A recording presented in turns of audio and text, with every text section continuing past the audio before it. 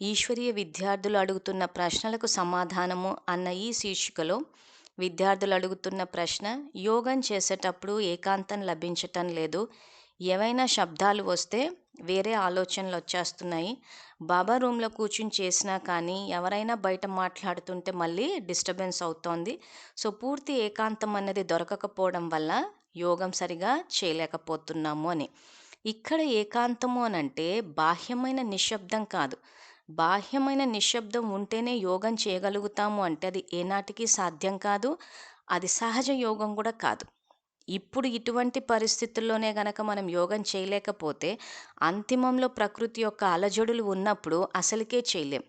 So కాబట్టి ముఖ్యంగా ఈ ఏకాంతము అన్న పదం యొక్క అర్థం గనక మనకు తెలిస్తే ఎటువంటి పరిస్థితులు ఉన్నా, ఎటువంటి శబ్దాలున్నా కానీ యోగం చేయడం అన్నది సాధ్యమవుతుంది. సో ఇక్కడ ఈ ఏకాంతము అన్న పదానికి అర్థము బాబా సాకార మురళి 2015 అక్టోబర్ నెల 27వ తారీఖు మురళిలో చెప్పారు.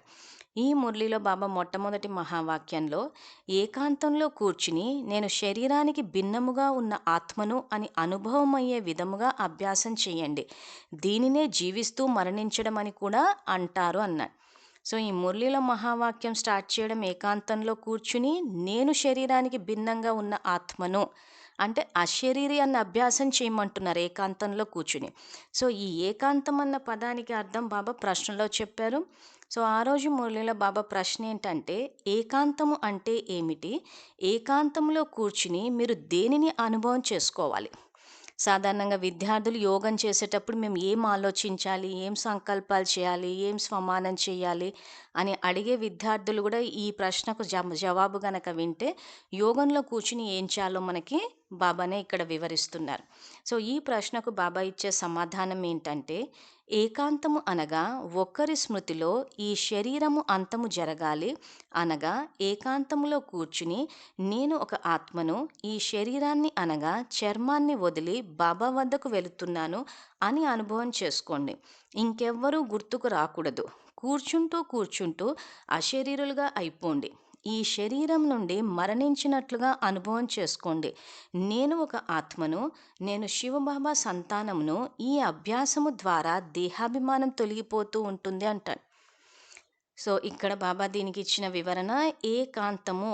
ఏకంటే ఒక్కరు, అంటే ఒక్కరి స్మృతిలోనే ఈ శరీరము అంతం అవ్వాలి అని అంటే, అంతం అవ్వడం అంటే స్థూలమైన అంతం కాదు, బుద్ధి ద్వారా. సో ఇక్కడ మనం రాజయోగాన్ని అభ్యాసం చేసేటప్పుడు ఎప్పుడైతే నేను ఆత్మని అని అన్నప్పుడు ఆత్మాన్న స్థితిలోకి వచ్చి ఈ మురళిలో బాబా చెప్పినట్టు నేను ఒక ఆత్మను, శివబాబా సంతానాన్ని, శివబాబా నా తండ్రి అని అనుకున్నప్పుడు స్వతహాగా కొంతసేపటికి ఆ శరీరం అన్న ధ్యాసలో నుంచి బయటకు వచ్చేస్తాం. ఇది విద్యార్థులు కొంత అనుభవం ద్వారా చేస్తూ పోతే సాధ్యమే.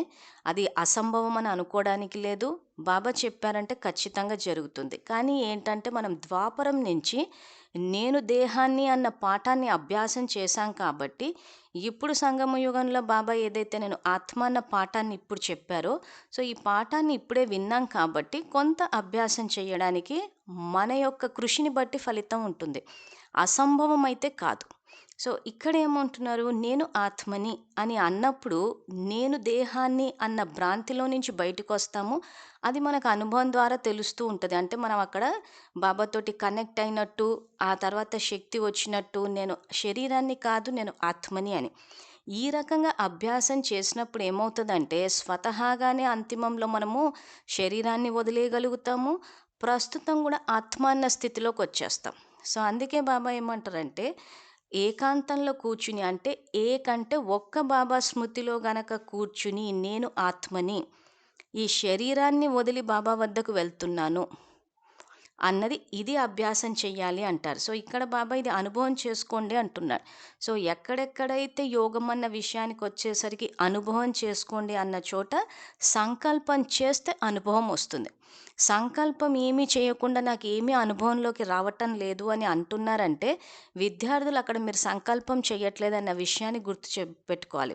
సో అందుకే బాబా ఏమంటున్నారు, ఏకాంతంలో కూర్చుని నేను ఒక ఆత్మని, ఈ శరీరాన్ని వదిలి బాబా వద్దకు వెళుతున్నాను, నేను నా ఇంటికి వెళ్తున్నాను, శాంతిధామానికి వెళ్తున్నానని ఈ సంకల్పాలు చేస్తేనే అనుభవం జరుగుతుంది.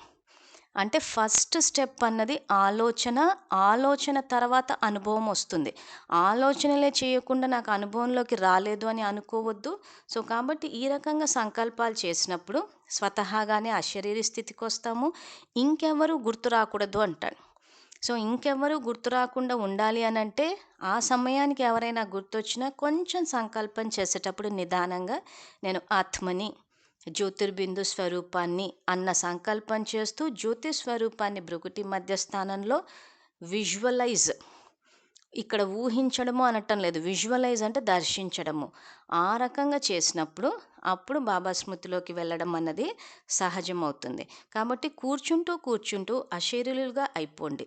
సో, ఇక్కడ ఈ అశరీరి అన్న అభ్యాసం ఏదైతే ఉందో ఇది కూర్చునే చెయ్యాలి గానీ తింటూ, తిరుగుతూ, నడుస్తూ చేయడం అన్నది వీలు కాదు. ఎందుకంటే అక్కడ తింటూ, తిరుగుతూ, నడుస్తూ చేసేటప్పుడు శరీరాన్ని ఉపయోగిస్తుంటాం కాబట్టి దేహీ అభిమాని స్థితి అంటారు. అంటే ఈ ఆత్మ ఈ శరీరం ద్వారా కర్తవ్యాన్ని నిర్వహిస్తుంది అనుకుని చేయాల్సొస్తది. కానీ అశరీరి అభ్యాసం చేయడం మాత్రం కూర్చునే చేయాల్సొస్తది. ఆ చేసేటప్పుడు ఏమవుతదంటే స్వతహాగానే దేహభ్రాంతిలో నుంచి బయటకొస్తాము. సో, నేను ఆత్మ అన్నది కూడా అనుభవంలోకొస్తుంది. సో, అందుకే కూర్చుంటూ అశరీరులుగా అయిపోండి. ఈ శరీరం నుండి మరణించినట్లుగా అనుభవం చేసుకోండి. నేను ఒక ఆత్మను, నేను శివబాబా సంతానమును, ఈ అభ్యాసము ద్వారా దేహాభిమానం తొలగిపోతూ ఉంటుంది అంటాడు. సో, ఇప్పుడు ఈ బాబా ఇచ్చిన వివరణ ప్రకారము మనకి ఏకాంతము అన్న పదానికి అర్థం తెలిసింది కాబట్టి ఇంకా బాహ్యమైన నిశ్శబ్దమైన ప్రదేశాలు వెతుక్కోవడం కానీ ఇలాంటివి ఏవీ చెయ్యొద్దు. ఆ రకంగా చేస్తే ఏమవుతుందంటే కర్మక్షేత్రంలో సహజంగా బాబా స్మృతి రాదు. సో, ఎన్ని శబ్దాలున్నా పర్లేదు, మనం యోగం చేసేటప్పుడు ఎంతమంది మాట్లాడినా పర్లేదు. సో, శబ్దాలు వస్తున్నా కానీ, ఎవరైనా మాట్లాడుతున్నా కానీ, వీళ్ళందరూ ఏంటంటే మన సహయోగి ఆత్మలు. ఎన్ని అలజడులు ఉన్నా కానీ, మన స్థితి స్థిరంగా ఉండి బాబా వైపుకి మన బుద్ధి వెళ్ళి, మనం రాజయోగులం అవ్వాలి, మన ఉన్నతి జరగాలన్న ఉద్దేశంతోనే ఇలాంటి పరిస్థితులు గానీ, వ్యక్తులు గానీ వస్తాయి. సో, వాళ్ళ పట్ల కృతజ్ఞతా భావంతో ఉండి బాబా చెప్పినట్టు ఏకాంతం అంటే అంటే ఒక్కరి స్మృతిలో గనక మనము ఆత్మ అన్న స్థితిలో ఉండి గనక చేస్తే ఈ దేహాభిమానం అన్నది తొలగిపోతూ ఉండి బాబా చెప్పినట్టు ఆత్మ సంపన్నంగా, సంపూర్ణంగా విద్యాలయం యొక్క లక్షణమైన నరుని నుండి నారాయణ స్థితికి కూడా చేరుకోవచ్చు.